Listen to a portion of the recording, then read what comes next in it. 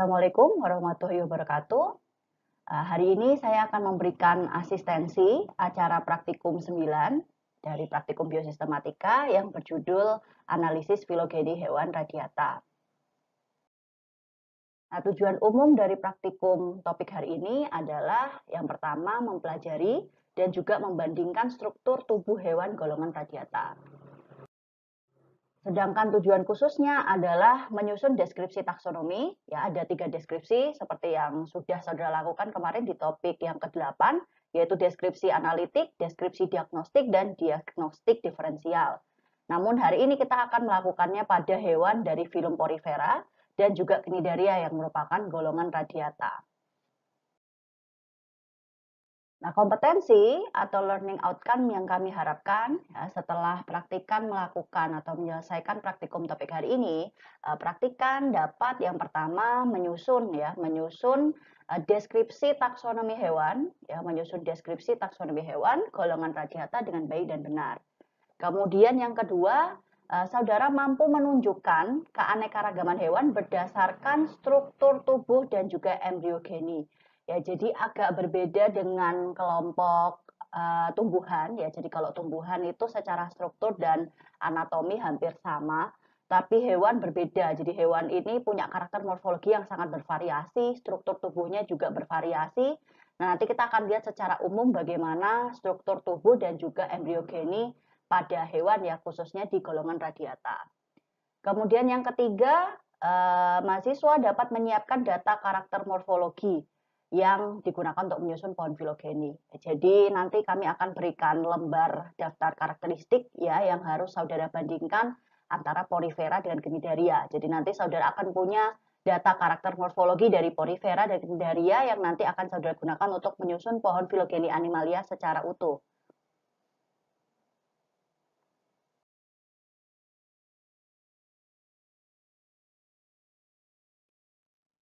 Kita masuk ke pengantar terlebih dahulu. Jadi pada tahun 1874, Ernest Haeckel membagi regnum animalia menjadi 2 subregnum, yaitu protozoa dan juga metazoa. Nah, protozoa ini ya ini merupakan organisme uniseluler yang pada saat itu masih dimasukkan ke dalam kategori animalia ya karena mampu bergerak. Tuh, faktor utamanya adalah kemampuan untuk bisa bergerak sehingga dimasukkan ke dalam regnum animalia. Nah, dan yang kedua ini adalah metazoa. Jadi, apa karakteristik metazoa? Jadi, metazoa ini adalah organisme eukariotik, ya, di mana tersusun dari banyak sel. Ya, jadi, organisme ini bersifat multiseluler. Kemudian motil, bisa bergerak dengan spontan.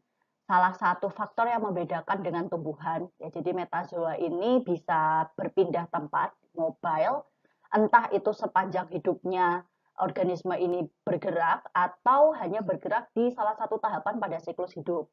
Ya, jadi meskipun hanya misalkan pada saat tahap larvanya misalkan bisa bergerak, kemudian pada saat dewasa tidak bisa bergerak, ya tetap masih masuk ke dalam kelompok metazoa. Kemudian heterotrof, ya tidak bisa membuat makanan sendiri. Ini menjadi salah satu pembeda dengan tumbuhan dan juga fungi ya, karena keduanya adalah autotrof. Kemudian berkembang dari embrio. Jadi semua zigot organisme metazoa itu berkembang melalui fase-fase embrionik ya, mulai dari cleavage, morula, blastula, gastrula. Kemudian gamet atau sel kelamin ya diproduksi di organ kelamin. Jadi ada jaringan khusus yang difungsikan akan menjadi organ kelamin untuk memproduksi sel kelamin atau gamet. Jadi tidak di sembarang jaringan, tapi ada jaringan khusus yang difungsikan nanti untuk melakukan pembentukan gamet. Nah, dari karakteristik ini, maka metazoa ini kemudian menjadi batasan atau definisi dari hewan. Nah, namun untuk saat ini metazoa itu bukan merupakan nama takson, ya. Jadi metazoa itu bukan nama takson. Namun sering disebutkan sebagai non takson. Ya, jadi masih sering disebutkan, namun sebetulnya sudah bukan lagi nama takson seperti itu.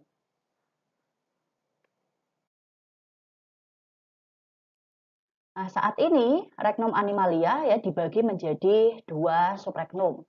Ya, yang pertama adalah parazoa dan yang kedua adalah eumetazoa. Jadi protozoa sudah tidak dimasukkan lagi ke Regnum animalia ya karena terlalu banyak karakteristik yang berbeda gitu. Yang pertama adalah parazoa. Jadi parazoa ini mencakup kelompok filum yang mencakup filum Porifera dan juga Plakozoa. Sedangkan eumetazoa ya eu itu kan artinya sejati ya. Jadi maksudnya di sini adalah hewan sejati. Ini mencakup semua filum kecuali Porifera dan Plakozoa. Jadi dari filum Cnidaria sampai vertebrata itu masuk ke dalam eumetazoa.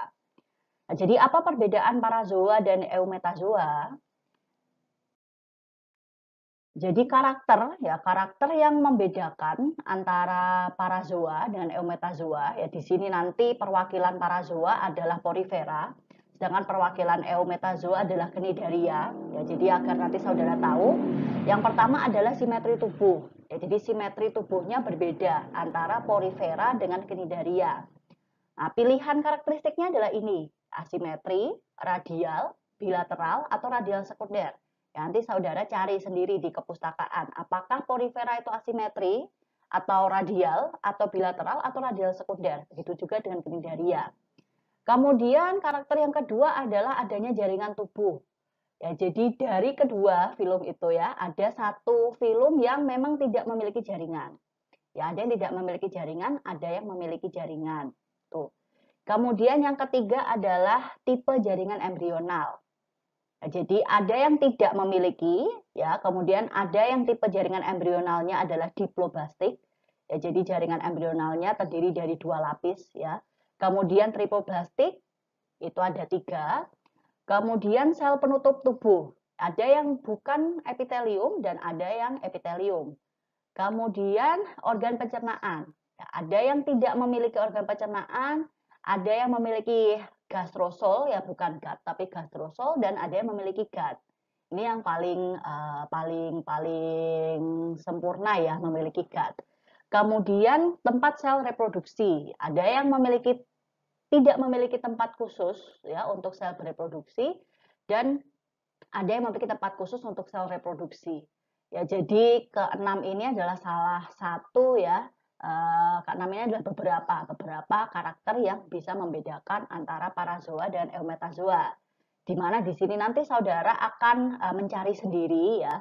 Di sini saya sudah siapkan karakteristiknya, nanti saudara silakan menentukan sendiri Porifera itu karakteristiknya apa di simetri tubuh. Begitu juga dengan Cnidaria, nanti karakteristiknya apa di simetri tubuh, sampai nanti di tempat sel reproduksi. Ya, jadi ini salah satu 6 dari banyak karakter yang membedakan antara parazoa dengan eumetazoa. Nah, selanjutnya ya terkait dengan simetri tubuh, ya, karena simetri tubuh ini yang merupakan karakter membedakan golongan radiata dengan golongan yang lain. Jadi kita akan bahas lebih detail terkait dengan simetri tubuh. Jadi saudara kenal beberapa simetri tubuh. Ya, yang pertama adalah asimetri, ya non. Jadi asimetri ini dapat saudara lihat ketika saudara ya misalkan membagi 2 organisme ini ya itu tidak tampak 2 bagian yang sama persis. Ya, jadi kalau kita bagi 2, organisme ini tidak membentuk 2 bagian yang sama persis. Kalau kita bagi dari bidang yang begini juga sama ya ketika ditangkupkan itu kan tidak sama persis. Ya, sehingga organisme ini masuk ke golongan yang asimetris ya, simetri tubuhnya tidak simetris ketika dibagi. Nah, yang kedua adalah radial. Nah, jadi radial ini sentral aksisnya di sini ya. Jadi sumbunya di sini, sumbunya di sini. Radial ini simetri tubuhnya ketika saudara membagi dari berbagai bidang ya. Jadi mau dibagi dari sini, kemudian dibagi dari sini, atau kita bagi lagi seperti ini dan seperti ini ya, maka akan terbentuk beberapa bagian yang sama persis ya. Susunannya, kemudian isi dari organnya juga sama persis antara bagian satu dan bagian yang lain.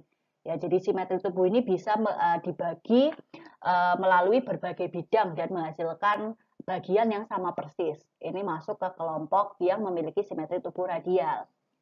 Nah, kelompok yang bilateral, ya kelompok yang bilateral ini apabila saudara bagi dua, maka akan ada bagian kanan dan kiri yang sama persis. Ya, jadi kalau saudara lihat ini kan serangga ya. Kalau saudara bagi dua begini, ya maka di kedua bagian itu akan ada mata, ya akan ada tungkai depan, kemudian akan ada sayap. Jadi masing-masing akan ada satu mata begitu. Ya, jadi kalau pada kelompok bilateral ini saudara kenal istilah ada bagian anterior ya bagian depan dan ada bagian posterior atau bagian belakang. Itu. Kemudian selain 3 simetri tubuh ini, ya ada simetri tubuh yang lain yang disebut sebagai kelompok dengan simetri tubuh biradial. Ya, jadi kelompok biradial ini apabila ya ada, jadi organisme ini ketika saudara bagi dari 2 bidang ya. Jadi ada sumbu yang ini kita bagi 2 begini, kemudian ya dari bidang yang ini kita juga bagi, maka akan hanya ada 2 bagian, ya hanya ada 2 bagian yang menunjukkan kesamaan. Ya, jadi kalau dari sini yang ada ini ada struktur memanjang ini kan hanya sama dengan yang ada di sini ya, tapi struktur ini kan tidak ditemukan di bagian ini dan juga bagian yang ini. Ya, jadi hanya ada 2 ya. Nah, kenapa disebut B? Ya, disebut B, B itu kan artinya 2. Jadi hanya ada 2 bagian yang sama persis ketika saudara bagi di 2 bidang. Itu yang kita sebut sebagai biradial. Jadi kelompok yang masuk ke golongan yang memiliki simetri tubuh biradial ini adalah Stenophora. Jadi Stenophora ini ada yang mengatakan bahwa merupakan Stenophora ini proses atau intermediate ya, proses intermediate dari evolusi radial ke bilateral seperti itu. Hanya ada di Stenophora. Kemudian yang kelima adalah radial sekunder. Jadi radial sekunder ini kenapa disebut radial sekunder? Ya misalkan pada kelompok Echinodermata, di sini dicontohkan bintang laut. Jadi pada kelompok ini, pada tahap larva itu simetri tubuhnya adalah radial. Kemudian pada kelompok pada saat dewasa ternyata mengembangkan simetri bilateral ya. Jadi pentamer seperti ini kan dibagi menjadi 5 bagian yang sama persis. Nah, hewan dengan simetri radial itu kita sebut dengan radiata. Jadi golongan radiata. Sedangkan hewan dengan simetri bilateral itu kita sebut sebagai kelompok bilateria. Ya, jadi yang di sini nanti yang masuk ke kelompok radiata adalah Cnidaria ya, sedangkan yang Porifera ini karena asimetris ya tidak masuk ke kelompok radiata. Nah, hewan bilateria sendiri berevolusi dari hewan radiata ya. Jadi radiata ini lebih mungkin karakteristiknya lebih tua ya daripada yang bilateria. Oke, sekarang terkait dengan porifera. Jadi porifera itu dari kata memang artinya adalah pembawa pori atau lubang-lubang karena memang tubuhnya dipenuhi oleh banyak pori gitu atau tunggalnya adalah porus ya, atau lubang. Nah, jadi porifera ini saudara kenal juga dengan nama spong, ya merupakan hewan akuatik yang banyak sekali ditemukan ya sebagian besar ada di laut. Nah, kemudian beberapa karakter dari porifera, yang pertama adalah belum memiliki jaringan. Jadi porifera ini memiliki sel-sel yang berbeda di dalam tubuhnya. Jadi tubuhnya itu sebetulnya disusun oleh banyak sel yang berbeda itu. Tapi secara diferensiasi agak berbeda dengan kelompok Eumetazoa. Jadi pada porifera ini belum memiliki jaringan. Ya, kemudian yang kedua tidak memiliki muskulus ya, tidak memiliki otot dan juga tidak memiliki syaraf. Kemudian tidak memiliki saluran pencernaan. Ya, jadi nanti semua proses akan dilakukan karena nanti bentuknya seperti sistem air ya. Jadi semuanya akan dilakukan proses penyerapan makanan dan sebagainya ya melalui sistem itu. Jadi tidak memiliki saluran pencernaan. Kemudian bersifat sesil ya. Jadi sebagian besar hidupnya adalah bersifat sesil, menetap, melekat ya di substrat yang keras atau berada di dasar perairan. Kemudian merupakan suatu sistem saluran air ya. Tadi saya sudah sebut. Jadi karena nanti banyak banyak pori ya, banyak lubang di bagian tubuhnya, jadi keluar masuknya air itu melalui saluran-saluran itu. Nanti kemudian makanan juga diserap juga melalui saluran itu. Kemudian morfologi luarnya ya dibentuk oleh skeleton yang berupa spikula. Jadi spikula ini ada yang bahannya dari silikat, ada yang bahannya dari CaCO3. Dan bentuknya macam-macam ya. Jadi ada yang bercabang 2, ada yang bercabang 3, ada yang memanjang, ada yang berduri. Jadi bentukannya bermacam-macam. Nah, jadi struktur tubuh utamanya sih sebetulnya berbentuk tabung ya untuk porifera ini. Jadi nanti mungkin kita akan lihat contohnya ya. Nah, berdasarkan bentuk tubuhnya, porifera ini dibagi menjadi 3 tipe. Yang pertama adalah askonoid. Nah, dari sini saudara bisa lihat ya, bahwa bentuk tubuhnya secara umum adalah tabung. Ya, jadi bentuk tubuhnya secara umum adalah tabung, seperti ini. Nah, ada rongga ya, kalau pada kelompok askonoid ini ada rongga, ya ada rongga yang kita sebut sebagai atrium. Nah, di sekeliling tubuh ini kan banyak lubang ya, banyak porus gitu, banyak porinya. Nah, disebut seperti saluran air adalah karena airnya nanti, air dari luar itu akan masuk melalui pori-pori ini, kemudian masuk ke atrium. Ya, di atrium nanti akan ada koanosit ya, salah satu sel yang nanti fungsinya adalah untuk menyerap zat-zat makanan gitu. Nanti jadi airnya akan dialirkan oleh sel yang berflagela yang disebut sebagai koanosit. Nanti makanannya akan diserap, setelah itu air ini akan dikeluarkan melalui oskulum. Jadi kalau di askonoid ini ada lubang, ya ada lubang pengeluaran yang disebut sebagai oskulum. Jadi semuanya akan melalui pori ini. Jadi pertama airnya masuk melalui pori, kemudian nanti akan ada ini koanosit ya, sel-sel yang berflagel yang di sini salah satunya adalah berfungsi untuk menyerap makanan. Kemudian setelah semuanya terambil ya apa-apa yang dibutuhkan dari air tersebut yang disaring, kemudian dikeluarkan melalui oskulum. Nah, jadi seperti ini.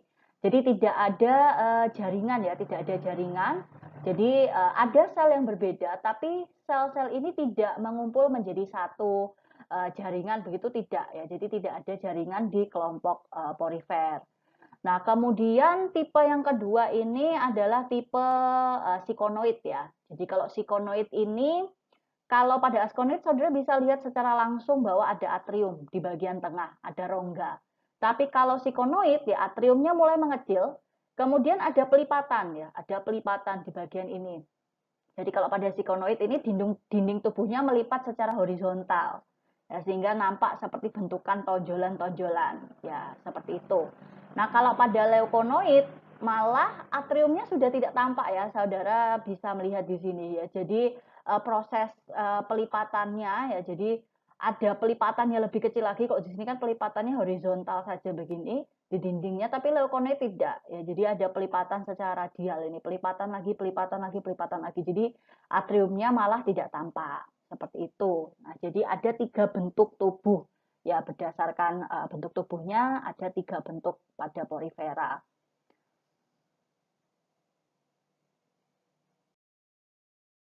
Nah, kemudian selanjutnya adalah cnidaria. Jadi berbeda dengan porifera ya. Kalau porifera ini simetrinya adalah asimetris, tapi cnidaria ini adalah yang memiliki simetri radial. Jadi ketika saudara bagi menjadi beberapa bagian ya di beberapa sumbu atau di beberapa bidang, maka saudara akan menemukan bagian yang sama ya dengan bagian yang lain simetris. Kemudian tentakel ya ada di sekitar mulut. Jadi di area dekat mulut itu akan ada banyak tentakel yang fungsinya adalah untuk mencari makanan maupun defense. Kemudian kelompok cnidaria memiliki 2 tipe bentuk tubuh. Ya ada yang memiliki bentuk tubuh polip. Ya polip ini yang bentuknya adalah yang tipenya adalah melekat ya. Jadi dia sesil, tidak berpindah. Tapi ada juga yang tipenya adalah medusa. Jadi kalau tipe medusa ini yang dia bisa berpindah tempat gitu, jadi bisa bergerak-gerak.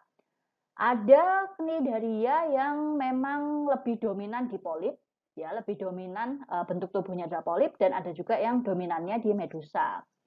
Kemudian yang khas dari cnidaria adalah memiliki cnidosit. Jadi cnidosit ini adalah alat sengat.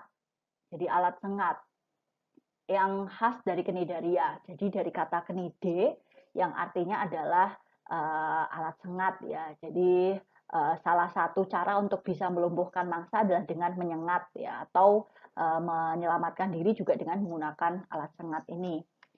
Nah, jadi seperti ini ya penampakannya. Jadi ini adalah yang fase polip, sedangkan ini adalah fase medusa. Jadi fase medusa ini yang seperti lonceng gitu ya. Jadi bentukannya seperti ini.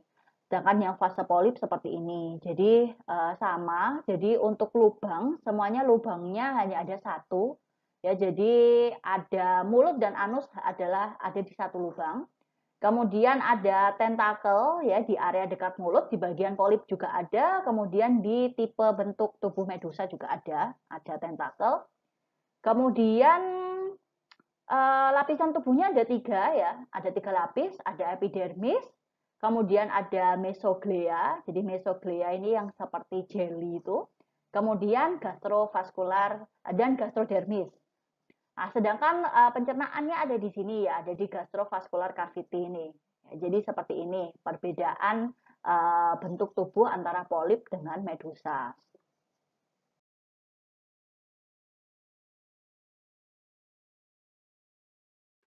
Nah, untuk bahan untuk praktikum topik hari ini, ya, ada 4 spesimen. Yang pertama adalah Leucosolenia dari genus Leucosolenia. Ini adalah perwakilan dari Porifera. Jadi nanti ada 2 perwakilan Porifera, ya yang pertama adalah Leucosolenia dan yang kedua adalah ini Spongia. Ya, kemudian 2 spesimen yang lain adalah perwakilan dari Cnidaria. Yang pertama adalah Obelia, ya, dan yang keempat adalah salah satu anggota hewan karang. Ya, dan nanti saudara silakan pilih ya salah satu anggota hewan karang yang membentuk komunitas terumbu karang ya sebagai perwakilan Cnidaria. Jadi Cnidaria ini memang ada banyak sekali ya anggota dari Cnidaria yang membentuk terumbu karang. Nah, yang pertama adalah Leucosolenia. Yang pertama adalah Leucosolenia. Yang harus saudara gambar adalah yang pertama gambar penampakan utuh atau morfologi luar. Ya, jadi seperti ini. Jadi gambaran utuhnya seperti apa ya? Tadi kan ada 3 tipe tubuh untuk kelompok Porifera ya. Ada askonoid, ada leukonoid, dan ada sikonoid. Ya, ini yang askonoid ya, seperti ini. Jadi nanti saudara gambarkan secara utuh penampakannya, secara penampakan morfologinya seperti apa. Kemudian yang kedua adalah penampakan eksoskeletonnya di bawah mikroskop. Jadi nanti silakan saudara cari ya, karena ini memang pasti studi literatur ya, karena saudara kan tidak melakukan praktikum offline, jadi tidak ada spesimen yang bisa saudara amati sendiri. Kemudian pasti sulit juga kalau saudara mencari di lingkungan rumah saudara. Jadi nanti ini semuanya adalah studi literatur. Jadi yang kedua adalah penampakan eksoskeletonnya di bawah mikroskop seperti ini ya. Karena kenapa? Karena nanti saudara perlu tahu ya, perlu tahu seperti apa eksoskeleton ya, spikula yang membentuk secara umum eksoskeleton pada Leucoselenia. Jadi akan ketahuan ketika saudara mencari atau mengamati preparat Leucoselenia di bawah mikroskop. Ya, seperti itu. Penampakannya bisa seperti ini ya, atau seperti ini. Ini ya sekitar 200 mikron ya. Kemudian yang ketiga adalah saudara harus menggambar tipe spikulanya bagaimana ya. Jadi tadi kan eksoskeletonnya kan terbentuk dari berbagai tipe spikula ya. Misalkan ini ya, untuk ini saya ambil dari jurnal dengan autor Ekimova et al. Tahun 2019. Jadi ketika diamati di bawah mikroskop sekitar ini, kalau segini nih sekitar 200 mikron ya. Nah, jadi penampakan bawah mikroskopnya seperti ini ya. Ini kan terbentuk dari banyak spikula. Nanti saudara amati ya, saudara perbesar gambarnya. Kemudian saudara lihat bentuk atau tipe spikulanya seperti apa. Ya. Jadi kalau pada Ekimova et al. Jadi bentuknya macam-macam. Ya, ada yang bentuknya tetraktin. Ini bercabang 4 ya. Jadi tetraakson gitu ya. Jadi bercabang 4. Kemudian ada yang bercabang 3, ini sagittal triaktin. Atau yang hanya lancet begini ya, lanceolate diaktin. Ini kan berarti hanya bercabang 1 ya, monoakson. Tapi ada juga yang cuma memanjang begini, trikoksea. Nah, kalau nanti saudara gambar, ya saudara gambar tipe spikulanya sendiri begini, kemudian digambar yang berada di bawah mikroskop itu harus tampak juga gitu. Jadi ketika saudara menggambarkan tipe spikulanya adalah A, B, C, dan D, ya tapi ternyata digambar di bawah mikroskop itu tidak ada ya, maka akan berkurang nanti nilai saudara. Jadi yang saudara gambar di tipe spikula itu spikulanya harus tampak juga ya di preparat di bawah mikroskop seperti itu. Kemudian yang kedua adalah spongia. Yang kedua adalah spongia. Untuk spongia ini bentukan morfologinya seperti ini ya. Jadi memang banyak pori, kemudian dia melekat di substrat. Nah, tapi nanti untuk gambaran morfologi luarnya tidak perlu saudara gambar. Yang perlu saudara gambar adalah penampakan eksoskeletonnya di bawah mikroskop. Ya, jadi penampakan seperti ini yang akan saudara gambar. Nanti saudara cari ya, ini apa sih struktur ini itu apa? Ya, ya seperti serabut ini apa? Kemudian yang kosong ini apa? Ya, seperti itu. Jadi saudara berikan keterangan. Kemudian yang ketiga adalah obelia. Nah, untuk obelia ini karena obelia ini salah satu spesimen yang kita dapat mengamati dua tipe tubuh ya. Jadi salah satu perwakilan cnidaria yang kita bisa lihat dengan jelas dua tipe tubuhnya gitu. Jadi ada fase medusa dan ada fase polip. Itu yang harus saudara gambar. Ya, jadi ada fase medusa yang seperti ini. Jadi kalau nanti saudara mencari, silahkan cari gambar spesimen asli ya. Jadi jangan ilustrasi. Jadi carilah gambar spesimen aslinya ya seperti ini. Kemudian ini yang fase polipnya. Jadi carilah gambar yang memang berada di bawah mikroskop ya, diamati secara langsung. Jadi jangan melihat melihat gambar ilustrasi ya atau gambar skematis. Jadi biar saudara tahu nanti mana bagian-bagiannya. Kemudian yang keempat adalah salah satu anggota hewan karang. Di sini saya berikan contoh Acropora. Jadi yang harus digambar adalah gambar penampakan utuh atau morfologi luar. Jadi ada Acropora ini juga macam-macam ya. Ada yang tipenya branching seperti ini. Jadi branching ini yang bercabang-cabang. Ada juga yang tipenya digitate. Jadi bentuknya kan seperti jari ya.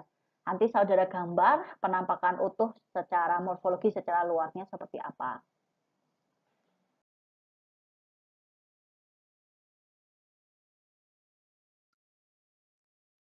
Nah, untuk aktivitasnya, yang pertama, laporan ini dikumpulkan secara berkelompok. Ya, jadi satu kelompok, satu laporan saja. Tuh, karena ini laporannya berkelompok, maka saya harapkan saudara bisa berkontribusi secara aktif di kelompok saudara. Ya, jadi nanti akan pekerjaannya kan banyak ya. Jadi ketika nanti saudara mengerjakan bersama-sama, maka pekerjaan itu akan jadi lebih ringan. Jadi berkontribusilah di kelompok saudara. Itu jangan hanya nebeng di teman saudara. Kemudian yang kedua, praktikan ya mencari spesimen melalui kepustakaan atau literatur. Ya, jadi kami tahu memang untuk spesimen ini pasti sulit untuk saudara cari di sekitar lingkungan saudara, apalagi ada beberapa yang harus saudara amati di bawah mikroskop. Jadi silakan saudara cari spesimen ya melalui kepustakaan atau literatur. Bisa melalui buku ya, e-book atau buku-buku yang memuat ya terkait dengan porifera dan cnidaria, kemudian jurnal atau website yang terpercaya ya. Jadi bukan blogspot itu bukan ya. Jadi yang website-website yang bisa saudara yang bisa dipertanggungjawabkan informasinya. Kemudian silakan saudara perhatikan dan pelajari baik-baik spesimennya. Kemudian Yang keempat adalah silakan saudara cari klasifikasi spesimen, ya, mulai dari filum, kalau memang bisa ya sampai spesies. Kemudian gambarlah spesimen di kertas putih, ya, sesuai dengan arahan tadi ya. Mungkin ada beberapa yang harus digambar apa dan apa. Kemudian untuk spesimen ini harus digambar bentukan morfologi luarnya saja. Itu saudara silakan gambar sesuai dengan yang sudah saya tuliskan tadi. Kemudian berikan keterangan bagian-bagian yang penting dari spesimen. Kemudian selanjutnya susunlah deskripsi analitik, deskripsi diagnostik, dan juga deskripsi diagnostik diferensial untuk Leukosolenia dan Obelia saja. Nah, jadi karena sebetulnya Spongia dan hewan karang itu kan juga, Spongia itu juga masuk ke Porifera, hewan karang itu masuk ke Cnidaria, jadi tidak perlu disusun deskripsinya. Jadi silakan saudara susun deskripsi, 3 deskripsi ini hanya untuk Leukosolenia dan Obelia. Jadi untuk Spongia dan hewan karang itu hanya gambar, ya, jadi tidak perlu saudara deskripsikan. Kemudian yang ke-8, silahkan isi tabel karakteristik sesuai karakteristik Porifera dan Cnidaria. Nah, jadi nanti di aula kami akan melampirkan dokumen yang berisi tabel karakteristik yang harus saudara isi ya untuk karakter Porifera dan juga Cnidaria. Jadi tabel karakteristiknya seperti ini ya. Jadi nanti silakan saudara beri centang ya, yang mana yang merupakan karakteristik Porifera dan Cnidaria. Jadi ada 18 karakter ya yang akan digunakan. 18 karakter ini adalah karakter yang akan saudara gunakan nanti sampai terakhir ya, sampai Bilateria juga akan menggunakan ini, kemudian Arthropoda juga akan menggunakan ini ya pada topik Arthropoda. Jadi tabel karakteristik ini akan saudara teruskan ya, saudara isi sampai nanti di akhir praktikum, sehingga saudara bisa pakai untuk membentuk filogeni hewan ya, yang bisa saudara pakai untuk nanti membentuk filogeni hewan secara utuh. Karakter yang pertama adalah sumbu simetri. Tuh. Jadi atribut atau karakteristiknya adalah asimetri, kemudian radial, bilateral, dan radial sekunder. Nanti saudara centang mana yang merupakan karakteristik dari Porifera ya. Misalkan Porifera kan asimetri ya. Kemudian Cnidaria mana? Ya, Cnidaria itu radial gitu ya. Jadi saudara centang di sini. Kemudian karakter yang kedua adalah diferensiasi jaringan. Tidak ada dan juga ada. Kemudian karakteristik nomor 3 adalah lapisan embrional. Jadi tidak ada ya. Kemudian diploblastik, jadi ada 2 lapisan, dan triploblastik. Ada 2 lapisan, ada 3 lapisan. Kemudian rongga tubuh. Apakah aselomata ya, tidak memiliki selom. Kemudian pseudoselomata atau memiliki selomata atau yang memiliki selom ya, selomata. Kemudian karakter yang kelima adalah metameri. Ya, metameri. Tidak ada dan juga ada. Kemudian takmasi ya, karakter nomor 6. Takmasinya apakah tidak jelas ataukah jelas. Kemudian terkait alat gerak, ya apakah alat geraknya bukan merupakan struktur khusus atau struktur khusus. Kemudian yang ke-8 adanya chorda dorsalis, ya, tidak ada notochord atau ada kolumna vertebralis. Kemudian karakter yang nomor 9 adalah daur hidup. Apakah mengalami metamorfosis atau tidak mengalami metamorfosis? Itu karakter nomor 9. Kemudian karakter nomor 10 ya terkait dengan mata, tidak memiliki ya karakteristiknya, memiliki bintik mata, memiliki oseli, memiliki mata majemuk bertangkai atau mata tunggal. Kemudian abdomen. Abdomennya ada karakteristik tidak melipat atributnya atau melipat. Kemudian sayap. Ya, tidak ada sayap atau ada sayap. Tungkai, apakah tidak memiliki tungkai atau memiliki tungkai. Epitelium, ya epitelium sel penutup tubuhnya tidak ada atau ada.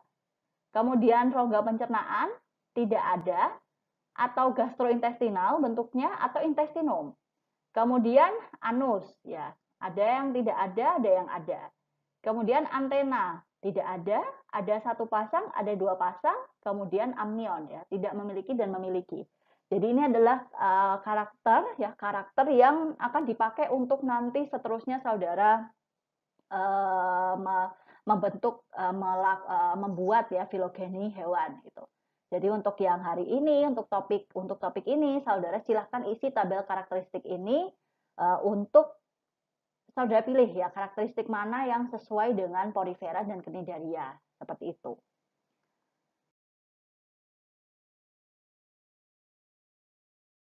Nah, kemudian terkait laporan, nanti laporannya sama seperti kemarin ya, silakan saudara tulis di kertas, kemudian spesimennya digambar sendiri. Nah, isi laporannya nanti meliputi yang pertama adalah klasifikasi spesimen, ya, mulai dari filum sampai spesies, kemudian gambar dan keterangan dari semua spesimen, kemudian deskripsi analitik, dan diagnostik diferensial untuk Leukosolenia dan Obelia. Jadi nanti begini ya, jadi agar nanti sistematis, silakan saudara tulis dulu yang terkait dengan Porifera. Jadi Porifera dulu ya, klasifikasi dari Leukosolenia, gambar dan keterangan Leukosolenia, kemudian deskripsi analitik, dan diagnostik diferensial Leukosolenia. Kemudian masuk ke klasifikasi dari Spongia, ya, gambar dan keterangan Spongia, seperti itu. Nanti baru masuk ke Cnidaria. Jadi Porifera ini dihabiskan dulu ya, saudara tulis dulu 2 spesimen itu, baru kemudian masuk ke 2 spesimen dari Cnidaria. Jadi nanti biar tidak membingungkan.